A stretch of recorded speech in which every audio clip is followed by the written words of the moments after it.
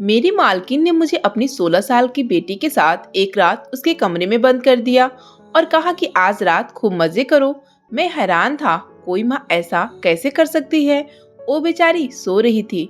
उसे सोता देखकर मेरी नीयत खराब हो गई और पूरी रात मैंने उसके साथ जो किया उसने तो मेरी जिंदगी ही बदल दी, क्योंकि उसने मुझे। मेरा नाम अभिनव है। मैं अपनी बेरोजगारी से बड़ा ही परेशान था और जगह जगह नौकरी ढूंढकर थक चुका था। एक जगह मेरा इंटरव्यू था, लेकिन मुझे वहां भी नौकरी नहीं मिली थी। मैं वहां से आ रहा था, गर्मी बहुत तेज थी। सर उठाकर मैंने आसमान की तरफ देखा तो धूप चिलचिलाती हुई आंखों में लग रही थी। मेरी आंखें नहीं खुल रही थी, माथे पर पसीना आ रहा था। मैंने पसीना साफ किया और गहरी सांस ली। ऐसा लग रहा था जैसे सूरज भी मुझे आजमा रहा है। पहले जो धक्के मैं अपनी जिंदगी से तंग आकर खा रहा था, वही मेरे लिए बहुत थे। आज इस गर्मी ने भी मेरा दिमाग खराब कर दिया था। मैं अपने हाथ में पड़ी हुई फाइल को अपने सर पर रखकर खुद पर छांव करने लगा। कम से कम कुछ देर के लिए खड़ा होकर अपने जिस्म को ठंडक ही पहुंचा लूं। यूं सड़क के किनारे से कदम उठाता हुआ चलता जा रहा था। तभी अचानक मुझे एक पेड़ नजर आया। मैं उस पेड़ के नीचे आकर खड़ा हो गया।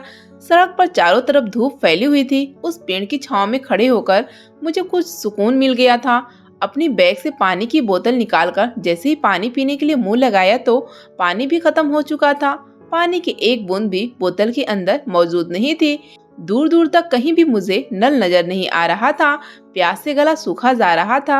हर कोई अपने कामों में बिजी था। एक मैं ही था जो बेरोजगार और बदनसीबी लेकर पैदा हुआ था। बचपन से लेकर जवानी तक पहुँचते पहुँचते मैंने बहुत सारे सबक सीख लिए थे।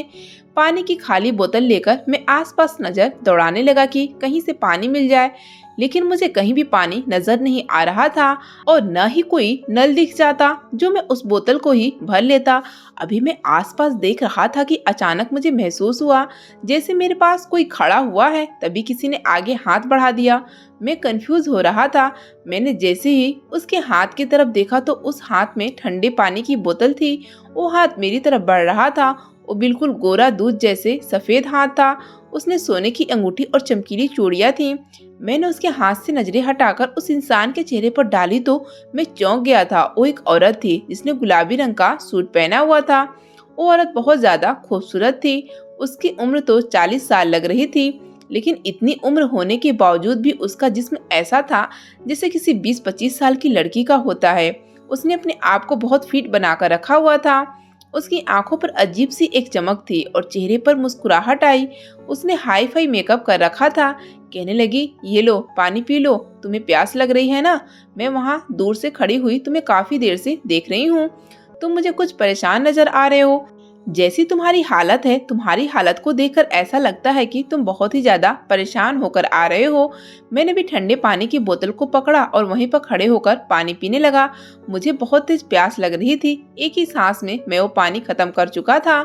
मैंने वो बोतल उस औरत को वापस कर दी। वो इतनी ज्यादा खूबसूरत थी कि आसपास के काफी सारे मर्द उसे घूर घूर कर देख रहे थे। वो एक बड़ी सी गाड़ी में आई हुई थी, देखने में काफी अमीर लग रही थी। उसका गेटअप बता रहा था कि वो बहुत अमीर और अच्छे खानदान से ताल्लुक रखती है। मैंने उस औरत को शुक्रिया अदा किया और उन्हें बताया कि जी मैं यहाँ पर पास में ही अपनी जॉब इंटरव्यू के लिए आया था। काफी टाइम से जॉब ढूंढ रहा हूँ, लेकिन जॉब है कि मिल नहीं रही। मैं इंडिया के कई बेरोजगार लड़कों में से ही एक हूँ। काफी जगह पर नौकरी के लिए इंटरव्यू दे चुका हूँ, लेकिन हर बार मेरी किस्मत मुझे सिर्फ अंगूठा दिखा देती है। मेरे इतना पढ़ा लिखा होने का कोई भी फायदा नहीं। फिलहाल आपका शुक्रिया। मैंने उस औरत को फिर से शुक्रिया कहा और जल्द से जल्द मैं अपने घर जाना चाहता था, क्योंकि घर जाकर मुझे बीमार माँ और जवान बहन के लिए खाने की सब्जी वगैरह लेकर जानी थी। मैं यहाँ से खाना पकाने के लिए कुछ लेकर जाता, तभी मेरे घर में मुझे बना हुआ खाना मिलना था, क्योंकि एक मैं ही था जिसके ऊपर घर की सारी जिम्मेदारी थी। उस औरत को शुक्रिया अदा करके मैं वहाँ से तेज कदम उठाते हुए उस औरत के पास से निकलकर अपने घर की तरफ जाने लगा था।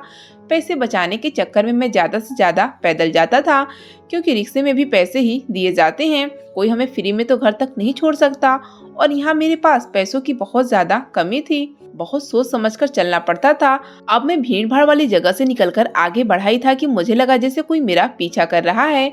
मैंने पीछे मुड़कर देखा तो वह गुलाबी सूट वाली औरत मेरा पीछा करते हुए आ रही थी और मुस्कुराते हुए एक बार फिर मेरी तरफ देखने लगी थी। मैं कुछ समझ नहीं पाया था। मैंने सोचा कि हो सकता है कि इस औरत का घर भी इसी रास्ते पर हो, लेकिन वो पैदल क्यों आ रही थी? यही बात सोचते हुए मैं चल रहा था। फिर वो मेरे बराबर में आकर मेरे कदम से कदम मिलाकर चलने लगी। तो एक सेकेंड के लिए मैं रुक गया था। मेरे रुकने पर वो भी रुक गई और फिर स्टाइल बनाकर खड़ी हो गई और मुझे देखने लगी। उस औरत की हरकतें मुझे बहुत अजीब लग रही थी।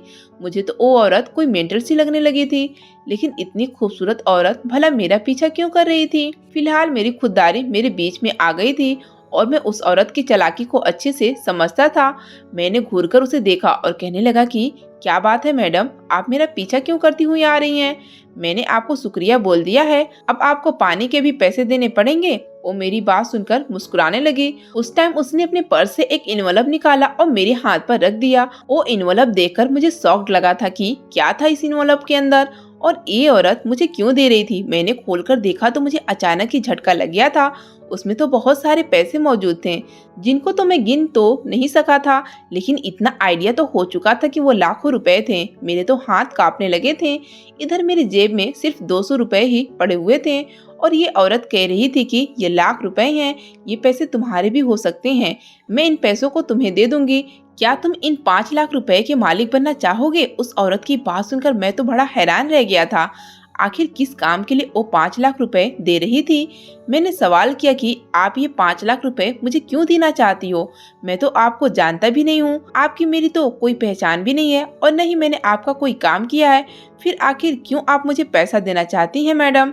क्या आप मुझे बेवकूफ बना रही हैं? वो मुझे घूरकर देखते हुए कहने लगी, मैं तुम्हें एक बात बताना चाहती हूँ, लेकिन यहाँ पर नहीं, हम दोनों आगे कहीं बैठकर तसल्ली के साथ बातचीत करते हैं।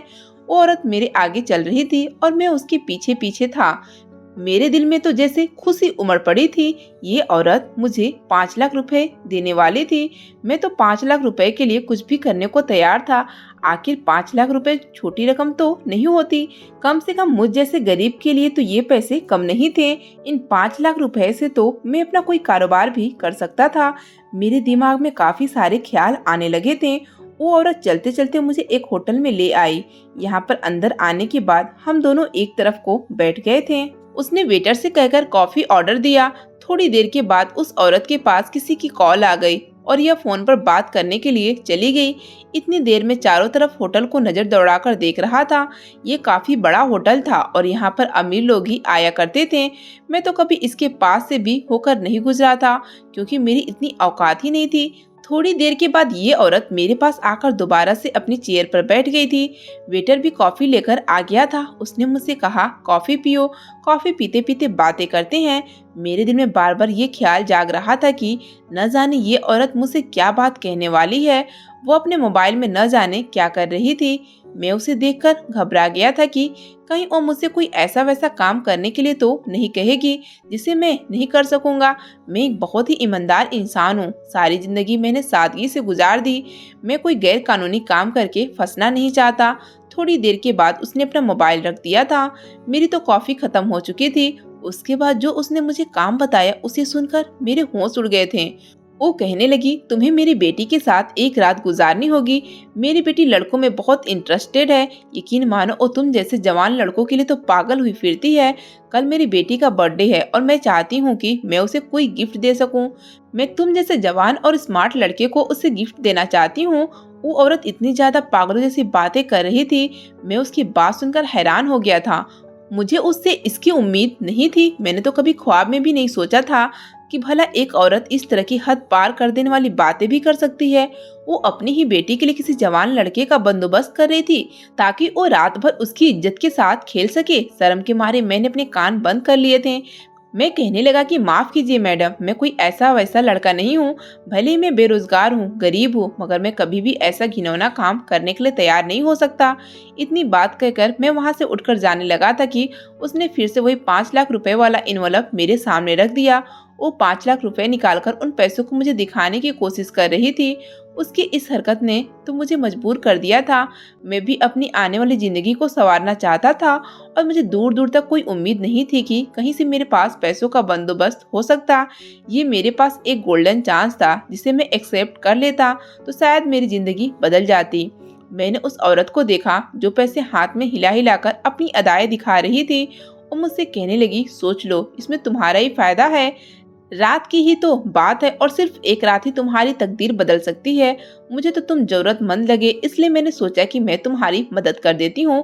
वरना मेरी बेटी को लड़कों की कोई कमी नहीं है। सिर्फ एक रात गुजारने के तुम्हें इतने पैसे मिल रहे हैं, फिर इसमें परेशानी वाली क्या बात है? या फिर तुम इस काबिल ही नहीं हो कि तुम किसी लड़की के साथ एक रात गुजार सको? यह बात कहकर वो खामोश हो गई और मुस्कुराने लगी थी, जबकि मैं बहुत ज्यादा शर्मिंदा हुआ था। मैं सोच रहा था कि क्या करूं, इस औरत की बात मान लूं या इसे इनकार कर दूं और घर चला जाऊं। घर में भी बहुत ज्यादा तंगी आई हुई है, मेरी माँ भी बीमार है। मुझे कुछ समझ नहीं आ रहा था कि मैं क्या करूं। एक जवान बहन भी है जिसकी मुझे शादी करनी है। मेरे अलावा मेरी बहन और माँ का कोई सहारा भी तो नहीं है। हमारा छोटा सा ही घर था। मेरे पापा भी काफी सालों पहले मर चुके थे। मेरी माँ के पास गहने जेवरात कुछ भी नहीं था। मेरी माँ ने मुझे जैसे तैसे पढ़ाया लिखाया था, लेकिन फिर भी नौकरी नहीं मिल पा रही थी। मैं था तो बेरोजगार ही। मैंने जल्दबाजी में फैसला कर लिया कि मैं उस औरत की बात मानने के लिए तैयार हूँ। वो मुस्कुराने लगी थी और कहने लगी, मुझे तुमसे यही उम्मीद थी, इसमें तुम्हारा ही फायदा है। ये पैसे तुम्हारी तकदीर बदल देंगे। उसके बाद उसने 5 लाख रुपए में से मुझे 50,000 रुपए एडवांस दे दिए थे। वो पैसे देकर कहने लगे, ये लो तुम्हारा एडवांस, जाओ जाकर ऐश करो। बाकी के बचे हुए पैसे मैं तुम्हें काम होने के बाद दूंगी।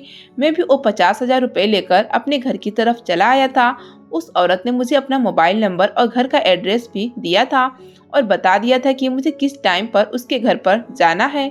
मैं अपने घर गया तो मैं बाजार से खाना लेता हुआ चला गया था, क्योंकि मुझे घर लौटते हुए काफी देर हो गई थी।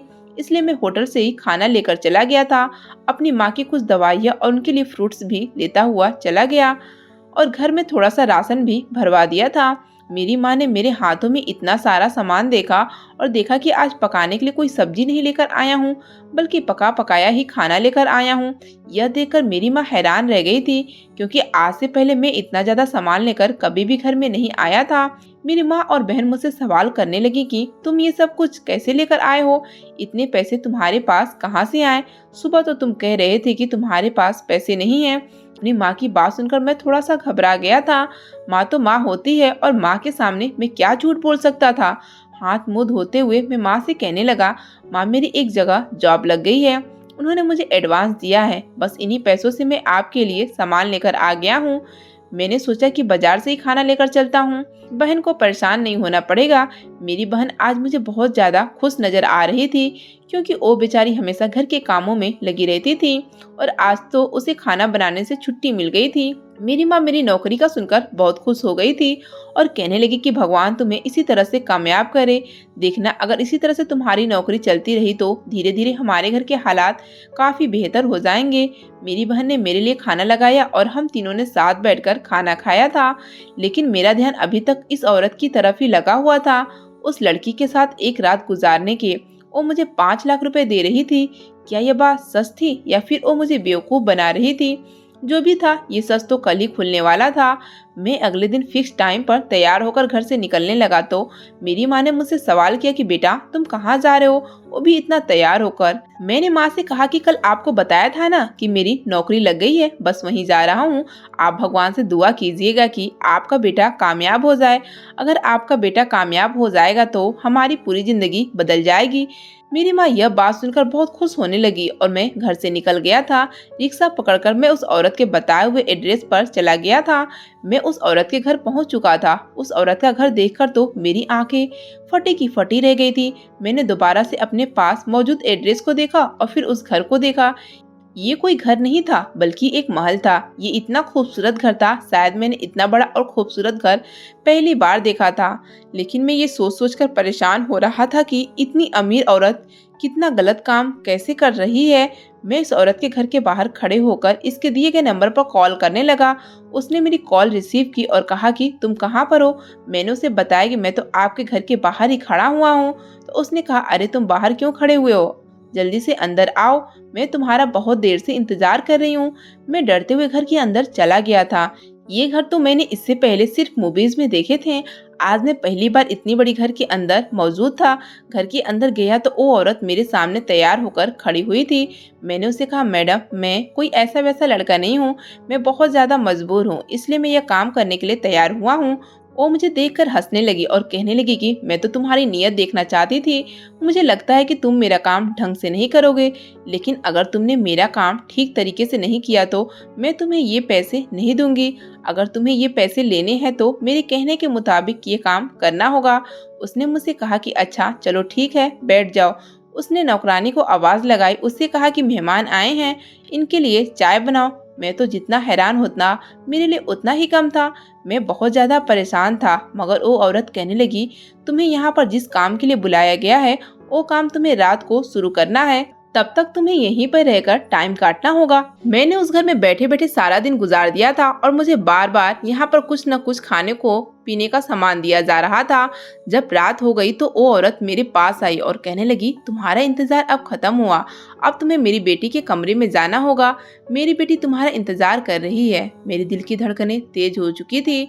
आखिर मैं भी लड़का था, फीलिंग्स पर कंट्रोल आखिर कब तक रख सकता था। मैंने सोचा कि जितनी खूबसूरत औरत है उसकी बेटी भी उतनी ही खूबसूरत होगी, और उसकी माँ मुझे खुद अपनी बेटी के कमरे में भेज रही थी, तो फिर मैं उस काम के लिए मना क्यों करूं। मैं वहां सीढ़ियां चढ़ते हुए उस औरत की बेटी के कमरे के बाहर आ गया था। उसकी माँ ने खुद ही कमरा खोला था। मेरा दिल जोर जोर से धड़क रहा था और मैंने कमरे के अंदर कदम रखा तो सामने का नजारा देखकर मेरे होश उड़ रहे थे। कमरे को इस तरह सजाया गया था जैसे यहाँ पर आज मेरी सुहाग रात हो। एक लड़की बेड पर लेटी हुई थी। वो लड़की बहुत ज्यादा खूबसूरत थी। इतनी ज्यादा खूबसूरत लड़की तो मैंने आज से पहले कभी नहीं देखा था। लेकिन एक अजीब बात ये थी कि वो लड़की सो क्यों रही थी, या फिर ये जरूर बेहोश थी। मैंने उसे लेटा हुआ देखकर उसकी माँ से सवाल किया कि ये लड़की क्यों सो रही है। वो धीरे से कहने लगी, क्योंकि ये बेहोश है और मैंने खुद ही इसको बेहोश किया है। तुम्हें जो कहा गया है तुम सिर्फ वही करो, और फिर जब काम पूरा हो जाए तो तुम मुझसे आकर पैसे ले लेना। वो औरत मेरे कंधे पर हाथ मारकर वहां से चली गई और बाहर से कमरा लॉक कर गई थी। मैं चलता हुआ उस लड़की के करीब जाकर खड़ा हो गया था। वो इतनी ज्यादा खूबसूरत थी कि उसके चेहरे से मेरी नजर हट नहीं रही थी। आहिस्ता आहिस्ता मैं भी देखने लगा था। मैं खुद पर कंट्रोल करना चाह रहा था। फिर जिस काम के मुझे पैसे दिए गए थे मैंने उस काम पर ध्यान देना शुरू कर दिया। कमरे में मुझे लगभग 2 घंटे गुजर चुके थे और वो लड़की मेरा चैन चुरा चुकी थी। मैंने कमरे की खिड़की से बाहर की तरफ देखा तो उस लड़की की माँ न जाने कि सोचो ख्यालों में टहल रही थी। शायद वो मेरा ही इंतजार कर रही थी। मैंने अपने शर्ट के बटन लगाए और सीढ़ियाँ उतरता हुआ नीचे आ गया था। उस औरत के पास जाकर खड़ा हुआ। वो घूरती हुई नजरों से मेरा चेहरा देखने लगी। मैंने चेहरे पर मुस्कुराहट सजाकर उससे कहा कि मैडम, आपका काम हो चुका है। ये सुनकर उसके चेहरे पर मुस्कुराहट आ गई थी। वो कहने लगी, मेरी बेटी जागी तो नहीं ना? उसने कोई रिएक्ट तो नहीं किया? तुम्हें परेशान करने की कोशिश तो नहीं की ना? मैंने साफ साफ लफ्जों में कह दिया कि नहीं, वो बेचारी तो बेहोश है और मैंने अपना काम पूरा कर चुका हूँ। ये सुनकर उसने खुशी से अपने पास मौजूद 5 लाख रुपए निकाले और मेरे हाथ पर रख दिए थे। वो कहने लगी कि जाओ, दोबारा मुझे कहीं नजर मत आना और तुम्हारा काम पूरा हो चुका है। यह भी ध्यान रखना कि इस बारे में किसी को बताने की जरूरत नहीं है, वरना तुम जानते हो कि मैं तुम्हारा क्या हाल करूंगी। और तो और इस काम में तुम पर भी इल्जाम आएगा। मैं उस औरत की हर बात को सुनकर वहां से निकल आया था। बैठे बिठाए मुझे 5 लाख रुपए मिल गए थे। मेरे लिए बहुत खुशी की बात थी। माँ को बहाना बनाकर बता दिया कि ऑफिस के पहले दिन ही बॉस ने मेरे काम से खुश होकर मुझे इतने सारे पैसे दे दिए। अब तो मेरा काम दिन पर दिन बढ़ता चला जाएगा और हमारी जिंदगी से गरीबी चली जाएगी। मेरी माँ तो मेरी खुशियों को देखकर अचानक सोच में पड़ गई थी। अभी रात ही हुई थी जब मुझे उस औरत की दोबारा से कॉल आई, तो कॉल कर कर कहने लगी कि मैं तुम्हारी तरफ से बहुत खुश हूँ। तुमने मेरे दिल की तमन्ना आज पूरी कर दी। मुझे नहीं पता था कि तुम मेरा काम इस तरह से भी पूरा कर सकते हो। मुझे तुम्हारा काम बहुत पसंद आया है। अगर तुम्हें और पैसों की जरूरत हो तो मुझे बता देना, मैं तुम्हें पैसे भिजवा दूंगी।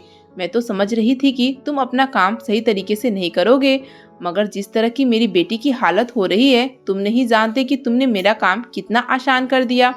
उस औरत की यह बात सुनकर मैं फोन बंद कर चुका था। मैंने अपना मोबाइल निकाला और उस पर एक वीडियो देखने लगा। क्या कमाल की वीडियो थी जो मैंने उस औरत के घर में रिकॉर्ड की थी। सही टाइम आने पर ये वीडियो भी उस औरत की जेब से पैसे निकलवाने के लिए मेरे काम आने वाली थी। मेरे दिल में तो लालच आ उठा था जो इतनी आसानी से खत्म नहीं होने वाला था। मैंने जब टाइम देखा तो रात के 12 बज रहे थे। अब मुझे सोना चाहिए था क्योंकि सुबह मैं एक बहुत बड़े काम को अंजाम देने वाला था। अगली सुबह मैं उठा और दोबारा वहीं पर चला गया। उस औरत का आलीशान बंगला बना हुआ था। लगभग 7 बजे का टाइम था। उस टाइम तो अमीर लोग घोड़े बेचकर सो रहे होते थे। मैंने बाहर आकर एक नंबर पर कॉल की तो थोड़ी देर के बाद उस घर का दरवाजा खुला। दरवाजा खुलते ही वो घर से बाहर निकल गई थी और वो मेरे साथ बाइक पर बैठ गई। ये बाइक भी मेरी नहीं थी, मैंने अपने किसी फ्रेंड से थोड़ी देर के लिए उधार मांगी थी। मुझे अब सीधा कोर्ट जाना था, जहां मैं उस लड़की के साथ कोर्ट मैरिज करने वाला था। जैसे ही मैंने कोर्ट के बाहर खड़े होकर मैंने उस लड़की को देखा तो वो अपने चेहरे को झुकाकर खड़ी हुई थी और उसका नाम मनीषा था। वो बहुत ज़्यादा खूबसूरत थी, उसकी बड़ी बड़ी आंखों में आंसू भी थे। जो कदम वो मेरे साथ उठाने जा रही थी उसमें उसकी ही भलाई थी, मगर अफसोस कल के गुजरे हुए हालात हमें याद आने लगे। उसके बाद ही मैंने फैसला किया था कि मैं इस लड़की के साथ शादी कर लूँगा। कुछ देर बाद कानूनी तौर पर हम दोनों मियाँ बीवी बन चुके थे।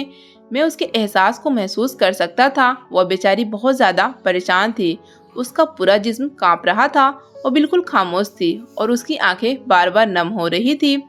जब उसने कोर्ट मैरिज के पेपर पर साइन किए थे वो बेचारी फूट फूट कर रो रही थी।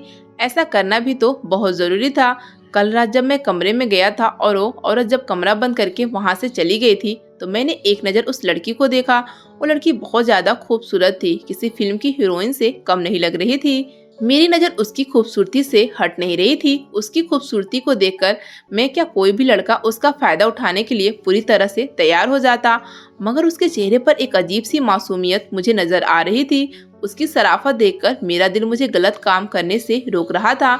मैं भी तो बहुत ज़्यादा मजबूर था और मुझे पैसों की ज़रूरत थी। मैं बहुत ज़्यादा कंफ्यूज हो गया था। मैं कमरे में इधर उधर टहलकर सोच रहा था कि भगवान मुझे कोई सही रास्ता दिखा दे कि मैं कुछ गलत भी ना कर सकूं और मुझे पैसे भी मिल जाए। अभी मैं यही सब कुछ सोच रहा था कि अचानक मुझे टेबल पर एक डायरी रखी हुई नजर आई। यह डायरी ऊपर से बहुत ज़्यादा खूबसूरत थी। उस डायरी को शायद उस लड़की ने अपने हाथ से ही बनाया था। मैंने डायरी को खोला और पढ़ने के लिए बैठ गया। उस डायरी में लड़की की पूरी इन्फॉर्मेशन लिखी हुई थी और उसकी ज़िंदगी की कहानी भी थी। उस डायरी में लिखा हुआ था कि ये औरत मेरी सौतेली माँ है, जिसने सबको ये साबित किया हुआ है कि मैं पागल हूँ और ये मुझे पागल साबित करके घर से निकाल देना चाहती है। मैं अपनी सौतेली माँ से बहुत तंग आ गई हूँ। मैं जीना नहीं चाहती, क्योंकि मैं ऐसी ज़िंदगी नहीं जी सकती जहाँ पर मेरे अपने ही मुझ पर जुल्म करें। ये औरत हमेशा मुझे मेरे पापा की नज़रों में गिराने के लिए तैयार रहती है। मेरे पापा मुझसे नाराज़ रहने लगे हैं। उन्हें भी यही लगता है कि मैं पागल हूँ और पागलों जैसी हरकतें करने लगी हूँ, लेकिन मैं पागल नहीं हूँ, मैं तो बिल्कुल ठीक हूँ। ये औरत मुझे घर से निकालकर मेरे हिस्से की जायदाद अपने नाम करवाना चाहती है।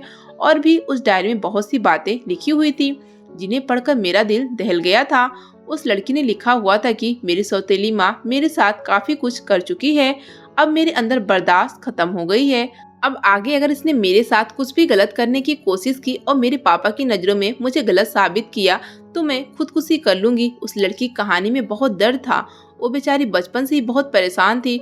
मुझे उस बेचारी लड़की पर बहुत तरस आ रहा था और अब उसकी सौतेली माँ थी कि उसने मुझे काम दिया था कि मैं उसके साथ एक रात गुजारूं।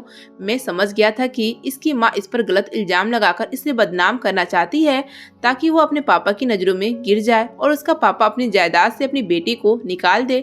भले ही मैं उस औरत का काम करने के लिए तैयार हो गया था, लेकिन मेरी ईमानदारी मुझे इस काम को करने से रोक रही थी। अब तो मैं समझ गया था कि अगर उस लड़की के साथ और ज़्यादा गलत किया गया तो ये लड़की अपनी जान ले लेगी और मैं एक मासूम लड़की को अपनी वजह से मरने नहीं देना चाहता था। अगर वो होश में होती और अपनी मर्जी के साथ ही सब कुछ करती तो भी शायद मेरी ईमानदारी मुझे उसके साथ ये सब करने से रोक लेती, मगर वो बेखबर सो रही थी। हो न हो उसकी माँ ने जबरदस्ती उसको बेहोश किया है ताकि जब उसे होश आए तो इसकी इज्जत लूट चुकी हो। लेकिन ये औरत इस बेचारी के बहुत ज़्यादा पीछे पड़ी हुई थी। औरत जैसी भी थी तो उसकी माँ ही, और फिर एक औरत ही दूसरी औरत की इज्जत खराब करने पर तुली हुई थी। मैंने उस लड़की के साथ कुछ भी गलत न करने का फैसला कर लिया था और फिर मैंने सोचा कि मैं इसे जगाने की कोशिश करता हूँ। कई बार मैंने उसे जगाने की कोशिश की मगर वह जाग नहीं रही थी। कुछ देर बाद बार बार की आवाज़ों की वजह से उसे होश आ चुका था। जैसे ही वह जागी उसने कमरे के चारों तरफ देखा और फिर मुझे देखा तो वो बहुत घबरा गई और रोने लगी। कहने लगी कि तुम कौन हो और यहाँ मेरे कमरे में क्या कर रहे हो। वो चीख कर मुझसे दूर हट गई। उसकी आवाज़ भी उसकी जैसी ही प्यारी थी। मैं उसे तसल्ली देते हुए कहने लगा, तुम्हें डरने की ज़रूरत नहीं है, मैं तुम्हें सब कुछ बताता हूँ, मैं कोई गलत इंसान नहीं हूँ। उसके बाद मैंने उसे सब कुछ बता दिया, जो कुछ उसकी माँ ने मुझे उसके साथ करने के लिए कहा था और उसके बदले में मुझे 5 लाख रुपए देने के वादा भी किया था। यह सुनकर तो उसके कानों पर यकीन नहीं हो रहा था। वो अपने हाथों में अपने चेहरे को छुपाकर फुट फुट कर रोने लगी थी। कहने लगी, मुझे पता था कि मेरी सौतेली माँ बहुत घटिया औरत है, लेकिन मुझे ये नहीं पता था कि वह एक औरत होते हुए इस हद तक भी गुजर सकती है। सही कहा है किसी ने, सौतेली माँ सौतेली ही होती है, वह कभी भी आपके साथ सगे वाला रवैया नहीं कर सकती। वो मुझे अपने बारे में बताते हुए कहने लगी, जब मैं 10 साल की थी मेरी माँ की बीमारी की वजह से मौत हो गई थी। मैं अपनी मम्मी पापा की इकलौती बेटी थी। मेरे माँ बाप मुझ पर जान न्यौछावर करते थे। हमारे पास किसी चीज़ की कोई कमी नहीं थी। मेरे पापा ने मेरे जन्म के बाद ही यह बंगला मेरे नाम कर दिया था और जो उनकी बड़ी प्रॉपर्टी थी वो मेरे पापा ने मेरी माँ के इलाज पर ख़त्म कर दी थी, क्योंकि वो मेरी माँ को हर तरह से बचाना चाहते थे। उन्होंने पैसों को पानी की तरह बहाया था, लेकिन फिर भी मेरी माँ नहीं बच सकी। फिर एक दिन मेरी माँ हमें इस दुनिया में छोड़कर चली गई। उसके बाद मेरे पापा ने मेरी माँ की मौत के गम को अपने दिल से लगा लिया और वो इसी गम में बर्बाद होते चले गए। उन्होंने अपने बिजनेस पर भी कोई ध्यान नहीं दिया। ये बंगला मेरे नाम था, मैं इस बंगले की मालिक थी और मैं भी अपने आप को बहुत अकेला महसूस करने लगी थी। मुझे पढ़ाई भी करनी होती थी, लेकिन कुछ बातें ऐसी होती है कि एक मर्द सिर्फ अपनी बीवी से ही कर सकता है। मैं बेटी होकर अपने पापा का भरपूर ख्याल रखती थी, मगर फिर भी अपनी पढ़ाई में बिजी होने की वजह से मैं अपने पापा के साथ ज़्यादा वक्त नहीं गुजार पाती थी। मेरे पापा को उनके रिश्तेदारों ने समझाया कि उन्हें दूसरी शादी करनी चाहिए। अब मेरी उम्र 15 साल हो गई थी और मैं धीरे धीरे जवान होने लगी थी और इसी तरह मेरे पापा की शादी मेरी सौतेली माँ के साथ हो गई, क्योंकि ये मेरे पापा के दोस्त की बहन थी और यह तलाकशुदा थी। इस औरत के पति ने उसे तलाक देकर घर से निकाल दिया था। मेरे पापा ने उसे शादी करके इसे हमारे घर में सहारा दिया। मेरे पापा को लगता था कि ये औरत मेरे पापा और उनकी बेटी का बहुत ख्याल रखेगी। मुझे भी अपने पापा की दूसरी शादी से कोई एतराज नहीं था, क्योंकि मैं सोचती थी कि इस तरह से मेरे पापा का अकेलापन दूर हो जाएगा और मुझे भी माँ का प्यार मिल जाएगा। लेकिन इस औरत ने इस बंगले में आने के बाद एक मेरे खिलाफ चाल चली, क्योंकि ये औरत अच्छे से जानती थी कि इस बंगले के अलावा मेरे पापा के पास और कोई प्रॉपर्टी नहीं है, क्योंकि जो बची खुची प्रॉपर्टी थी जो काफ़ी सालों पहले मेरी माँ के इलाज में ख़त्म हो चुकी थी, अब जो कुछ भी है वह यही है। मेरे पापा का बिजनेस बहुत अच्छा है, वो काफ़ी पैसे कमाते हैं, क्योंकि उन्होंने दूसरी शादी करने के बाद अपने बिजनेस पर दोबारा से ध्यान देना शुरू कर दिया था। लेकिन इस औरत को हमेशा यही बात बर्दाश्त नहीं होती थी कि यह बंगला इसके पति की बेटी के नाम क्यों है। हालांकि वो मेरे पापा की बीवी बनकर इस घर में आ गई थी, तो यह बंगला उसके नाम होना चाहिए था। मैं उसको अपनी माँ समझकर उसके करीब जाती थी, लेकिन वो औरत हर बार मुझे दुत्कार देती थी।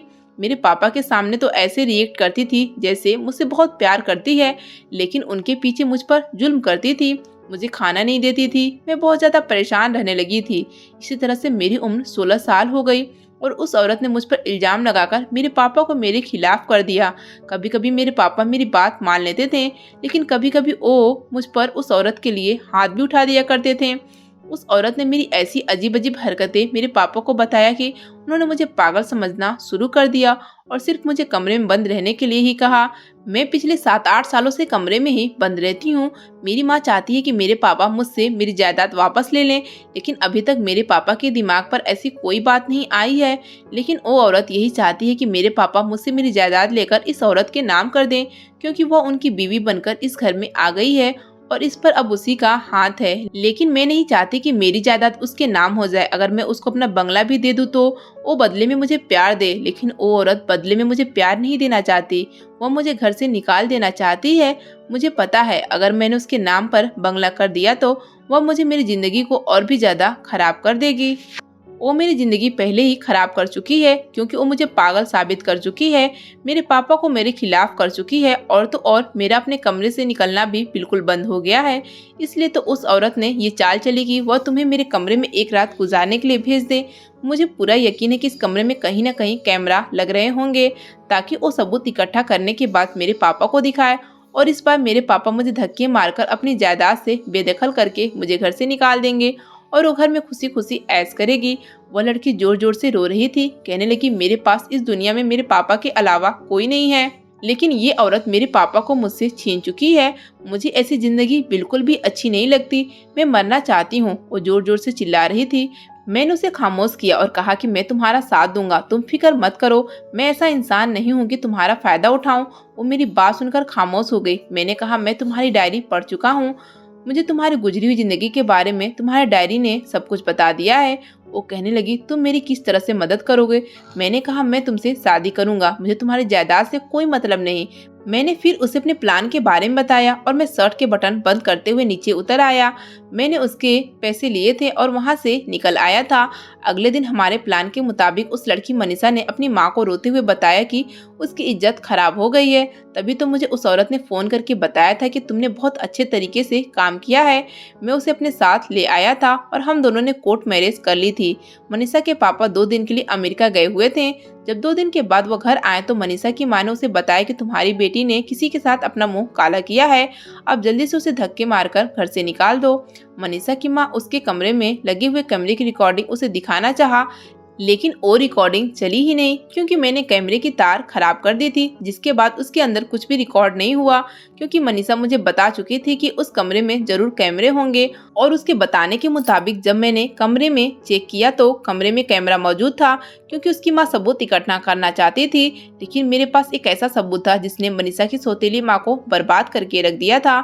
मैं मनीषा के पापा के घर पहुंचने से पहले ही उनको उनकी बीवी की कॉल रिकॉर्डिंग उन्हें भेज चुका था।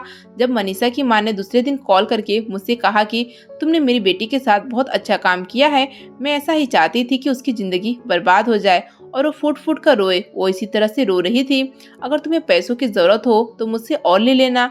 ये पूरी बात मैंने अपने मोबाइल में रिकॉर्ड कर ली थी और वही रिकॉर्डिंग मैंने मनीषा के पापा को सेंड कर दी। मनीषा के पापा ने अपनी बेटी पर हाथ उठाने की बजाय अपनी बीवी पर हाथ उठाया और उसे वो सुना दी। मनीषा की माँ को यह उम्मीद नहीं थी कि अपने बिछाए जाल में वो खुद ही फंस सकती है। मनीषा ने भी सब कुछ सच सच बता दिया था और कहा था कि वह मेरे साथ शादी कर चुकी है। मैं भी मौके पर पहुंच गया और मैंने कहा कि इस औरत ने मुझे इस गलत काम के लिए पैसे दिए थे। मनीषा के पापा ने अपनी दूसरी बीवी को तलाक देकर घर से निकाल दिया। अब मनीषा की सौतेली माँ दर दर की ठोकरी खा रही है और मनीषा के पापा ने खुशी खुशी मेरी और मनीषा की शादी धूमधाम से कर दी। जरूर मेरे दिल में लालच आ गया था, लेकिन मैं किसी औरत की इज्जत खराब नहीं कर सकता था। मेरी ईमानदारी से खुश होकर उन्होंने कहा कि तुम्हें चोरी छुपे इसके साथ शादी करने की क्या जरूरत थी? मैं तुम्हारी खुशी खुशी अपनी बेटी के साथ शादी करवा देता।